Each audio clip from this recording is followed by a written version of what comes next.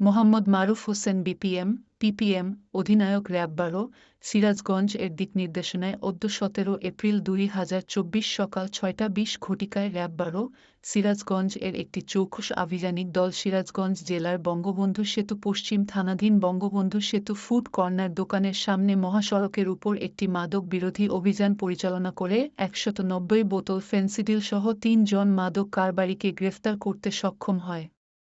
এছাড়াও ফেনসিডিল বহনের কাজে ব্যবহৃত একটি বাস এবং তাদের সাথে থাকা মাদকদ্রব্য ফেনসিডিল ক্রয়-বিক্রয় কাজে ব্যবহৃত ৩টি মোবাইল ফোন এবং নগদ ৭,৩০০ টাকা জব্দ করা হয়।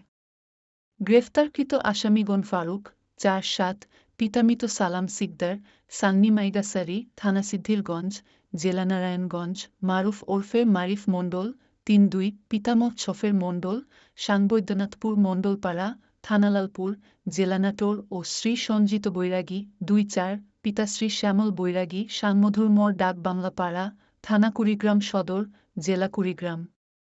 প্রাথমিক জিজ্ঞাসাবাদে জানা যায় যে, আসামিগণ দীর্ঘদিন যাবৎ লোকচক্ষুর আড়ালে সিরাজগঞ্জ জেলাসহ দেশের বিভিন্ন জেলায় তাদের ব্যবহৃত মোবাইল ফোনে যোগাযোগের মাধ্যমে বাসযোগে মাদকদ্রব্য ফেনসিডিল ক্রয়-বিক্রয় করে আসছিল। গ্রেফতারকৃত আসামিগণের বিরুদ্ধে সিরাজগঞ্জ জেলার বঙ্গবন্ধু সেতু পশ্চিম থানায় মাদক আইনে একটি মামলা দায়ের করা হয়েছে।